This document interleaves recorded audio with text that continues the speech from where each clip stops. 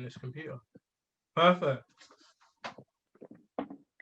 Here we are for another episode of Representing the Workplace. We've got the amazing Naomi Sharif here, who's currently a software developer at Sky based in Leeds. She's been lovely and agreed to tell us a bit about her story, her experiences, and just a bit more about her in general. Welcome, Naomi. Thanks for doing it. Hi, thanks for inviting me. No problem. How are you? Good, thanks. How are you? Yeah, really good, thank you. I would usually dive straight into the questions, but I'd like to ask a warm-up question if that's all right. hmm So, what's your favorite thing that you've been doing to keep busy in lockdown? Ooh, I've had quite a few things. My boyfriend got me Ring Fit for Christmas, and it's actually really good. Okay, what's that? Um, it's for the Nintendo Switch. It's a bit like their alternative to Wii Sports. I'll be Yeah, honest, it's not as good as Wii Sports. It's like a more fitness thing than a competitive sports thing. yeah. But it's actually really fun, and you get a good sweat on. To be honest, I've been doing that like on my lunch breaks just to get a bit of movement in. All right, that's cool. Yeah. So yeah, pardon, go ahead. No, that was it really. I've done a bit of knitting. That's a bit of fun, but that's about it really. Oh, fair enough. Knitting anything good or anything you're Made my using? kitten. Well, I made my kitten a blanket, and he doesn't like it. So yeah. Fair enough. But yeah, so first question is then, can you tell me a bit about you and your story leading up to today, please? Yeah. So I'm a developer at Sky, Hmm. a React developer, front end developer. Yeah. Um, Before I did this, I went to uni and did like a law degree, and that was pretty fun. And I was like, oh hey, I totally don't know if I want to do law. Yeah. And then started looking into like other career opportunities, and tech seemed to be like quite a big thing. It was like getting on the rise, and it Hmm. seemed pretty accessible and pretty fun. So you can like teach yourself and like manage your own progression. So I was Yeah. like, cool, I'm gonna look into this. Bought a couple of books, quit my job, read a couple of books, spent quite a bit of time like trying to figure stuff out, Yeah. and then just applied for some jobs and stuff and got jobs as developer. Okay. So what were you doing before you became a developer? Well, I was at uni studying law, and then I finished law, and Yeah. then I didn't really know what I wanted to do in my life, so I got some jobs in like estate agents and stuff. Okay. So I know Leeds pretty well, to be honest. I can tell you all about the housing market. Oh, that's cool. And then so then that you just self-studied and then applied for a job, or okay, Yeah, it was self-studying. My partner is a software developer too, so okay, like he did help me quite a bit with some stuff, but majority of it was just like buying some books online, signing up to Team Treehouse. yeah, They had like a really good like all-in-one course that you follow through from start to finish. yeah. And then I discovered Udemy, which sell like loads of really good courses for like 10 quid. So I Oh just wow. bought a couple of courses, followed them, just made some stuff that other people had made, and it was pretty good. Okay, cool. And then so was your first software development job the one you're in now, or did you have one previously? Yeah, I had one previously. I found a company on Instagram, weirdly enough, that looked pretty awesome because they had like a beautiful big mansion Yeah, in the middle of like a park, and I was like, oh, they look pretty cool, and they like yeah, did loads of cool stuff. So I just dropped them a DM, as you do in, I think it was like 2019, and yeah. then just said, oh, can I come do like an unpaid internship Mm-hmm. for like a month? And so I went and did an unpaid internship. I think it was like 3 days a week while I was working part time. Yeah. And then eventually after the month, they asked me if I wanted to stay on as a permanent employee. Oh, that's cool. And then how long did you spend there? I think I was there for about a year, and it was really good. I really liked working there, and they were a really good company. Oh, that's cool. That's Yeah. cool. So then fast forward to now, you're at Sky. You said you're a software developer, specializing in using like React and front end stuff. So, but what is your actual job title at the moment?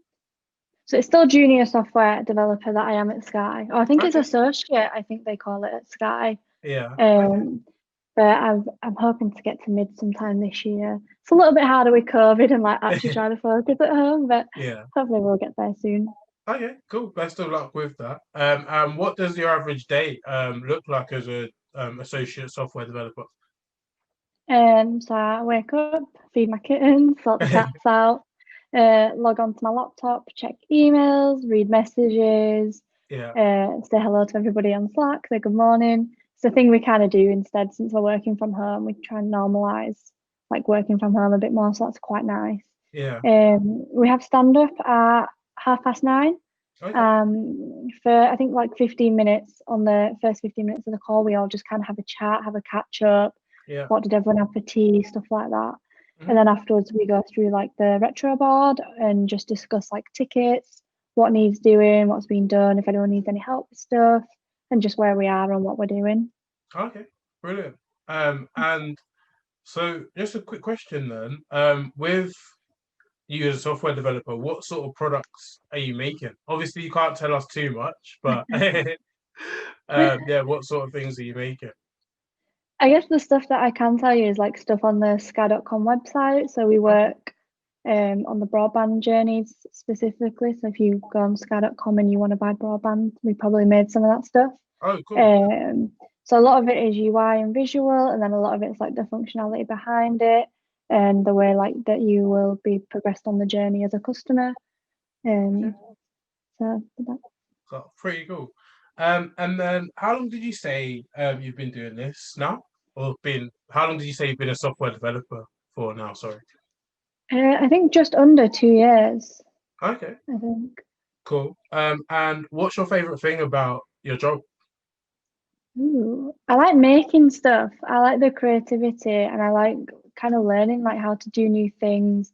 It's Yeah, kind of like you're never gonna get stale or get bored. Like, yeah, every day is different. There's new stuff to learn, new technologies to pick up, yeah. and that's pretty fun. Okay. So there's often the stereotype for software development that it's a lot of like number crunching and coding is really difficult to learn and there isn't that much element for or opportunity for creative flair. Um, are you saying that in your roles that you've had the opportunity to be creative and put your ideas in and that kind of thing? Yeah, like obviously Sky is like an enterprise company, so obviously it's within reason. Like we can't just do like crazy animations and all the fun colors we want in Yeah, the brand. That has to be a data. But like yeah, in the way that we architect stuff, we do get decisions like brought to us on how we can do things, how we can achieve certain things that meet the business requirements. yeah. And we usually have like a tech chat between us, Oh, that's like the cool. testers and the developers, and figure out ways that we can do things. Okay, cool, cool. And then so going back then to you answered this a bit earlier, but I would like to hear a bit more about it. What was it specifically that made you choose a career in technology and then more specifically software development? Yeah, I think the constant progression is pretty interesting and managing your own like progression. So like if you want to get promoted, if you want a pay rise, if you want to even do something a little bit different that's still in software development, like you can move across pretty easily. Like you can literally sit at home, teach yourself something new. If I wanted to learn DevOps, I suppose. I mean, I don't, but if I did, I Yeah, could probably teach myself some like DevOps stuff and then like apply to be a DevOps engineer. Same with like backend, I could probably learn some PHP, show people some stuff that I've made and like get a job doing that also. So it's yeah. really nice the way that you can move across and you can manage your own learning. It's really nice. You can like upskill yourself pretty easily and it's not too hard to upskill yourself if it's an Okay. interest and you can just do it in your spare time. Whereas in a lot of other jobs I know like in law, like it's probably quite hard to get a promotion and it's probably if someone wants to give you it and your future's probably dictated a bit more to you. Hmm. Whereas like in technology you can be a bit more autonomous and decide your own destiny kind of thing. That's brilliant. So another question then a bit about the past. Are you doing now what you thought you'd be doing 10 years ago? Well, 10 years ago, I think I was 16 Okay. and would I have just finished A levels or something? What do you? I knew I was going to uni to do law. So, I mean, Yeah. if you'd have told me this now, definitely not because I was so computer illiterate. Like, I didn't really know how to use a computer or care for technology much. It wasn't really for me. So, I think if someone said that to me, like, you'd be doing computers, I'd be like, oh, I don't think so. Yeah.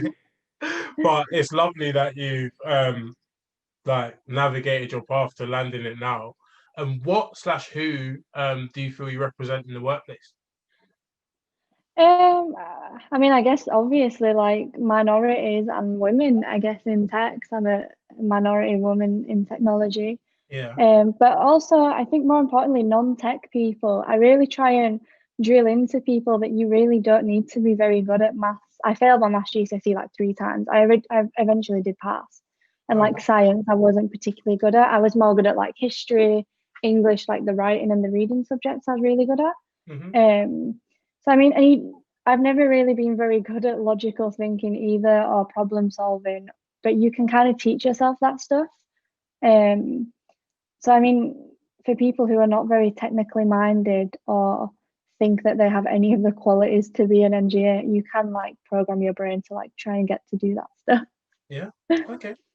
That's lovely. And are there any stereotypes that you feel you've had to disprove as either a woman in technology or a minority person in technology or even someone from a non-technical background, say? Yeah, I mean, I'd say for women and ethnic background, probably not, only because I think Sky are quite representative of that, so I Okay. haven't really felt it. But I guess I'm maybe one of the few that has come from a non-tech background. Yeah. So, I mean, probably just that, the fact that I didn't do like a computer science degree or really thrive in any of the STEM subjects at all, I Yeah. guess. Okay. But do you feel that you've managed to overcome that and that's not really held you back in any way?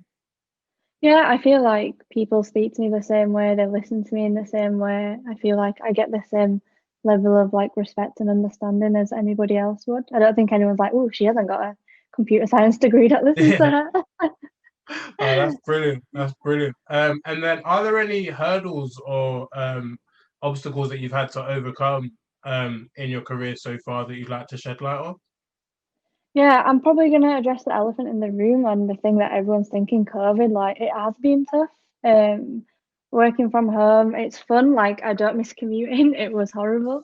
But Yeah. like it is a difficulty trying to struggle to like concentrate and get yourself into wanting to get out of bed in the morning and sit in your house all day and not like move about as much and like go outside. It is challenging, and I guess the nice thing for me is when I was working in the office, like I'd commute, I'd come home, I'd have a Yeah. little break, and then I'd log back onto my laptop and do some like self-learning in the evening. Yeah. Um, since COVID hit, like I found it really hard to like do any learning outside of work.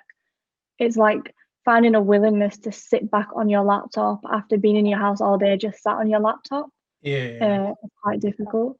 I think if like the coffee shops were allowed to be open or something, that might be better. Like at least you can go work in a coffee shop or something. But Yeah. it is quite hard to sit on a laptop all day in your own house. Okay. Cool. Yeah. Thanks for sharing that. Thank you so much for opening up. And then is there have you got any advice that you'd give to either a young woman coming up in technology or even a young woman of color that wanted to follow in your footsteps? Yeah, I mean, I guess the advice is like, first of all, I think you need to enjoy it. I think it's something that if you don't enjoy it, you won't stick at it. That's just my person. Like I started to do it at first and I didn't enjoy it, so I didn't understand it. But then when I started understanding code and like all the cool stuff you could do with it, I was like, wow, this is really cool actually. And then I Yeah. just got more inquisitive and I really started to enjoy it. And Hmm. it's one of them where like I don't know, it might be like 8 o'clock at night, but like, I wonder how you do this. And then like I'll Google like how you do something with JavaScript or maybe put on a podcast or watch like a tutorial on something. Yeah. And it's like stuff like that that I think you need to have an interest in and that you want to kind of progress and you want to learn. And I think that's how you do well, I think. Okay. That's brilliant. And thanks for sharing that as well. And then outside of Sky, then, I know you've been at Sky for a while and you're happy and settled there. But is there anything you see in the market that recruiters or companies could do to attract more diverse talent? I guess stop. I don't know that people do it anymore, but maybe stop advertising like pub socials as a thing. Not everyone feels comfortable going to pubs for like I guess obvious reasons. Yeah. Um, I guess just make sure that you're being very inclusive of what everyone might be interested in. Understand that there's different cultures and not everyone has the same interests, and some benefits for some people maybe don't benefit others. But yeah, I guess that would help.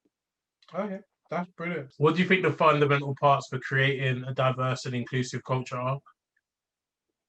I mean, I think the first thing is naturally to hire people who are diverse. So I Yeah. guess making sure that everyone is different and you're hiring different types of people from different backgrounds and different disciplines, I suppose. Mm-hmm.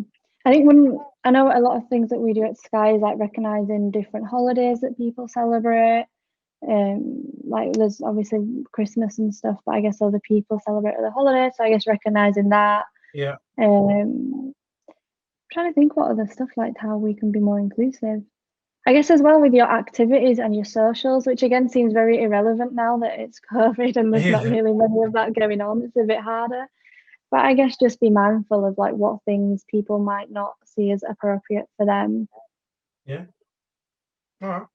Brilliant. Thank you so much, Naomi. We've just done the last question, and thank you so much for doing this. I think you've been great, and your answers have been fabulous. So thank you so much. Thanks for having me.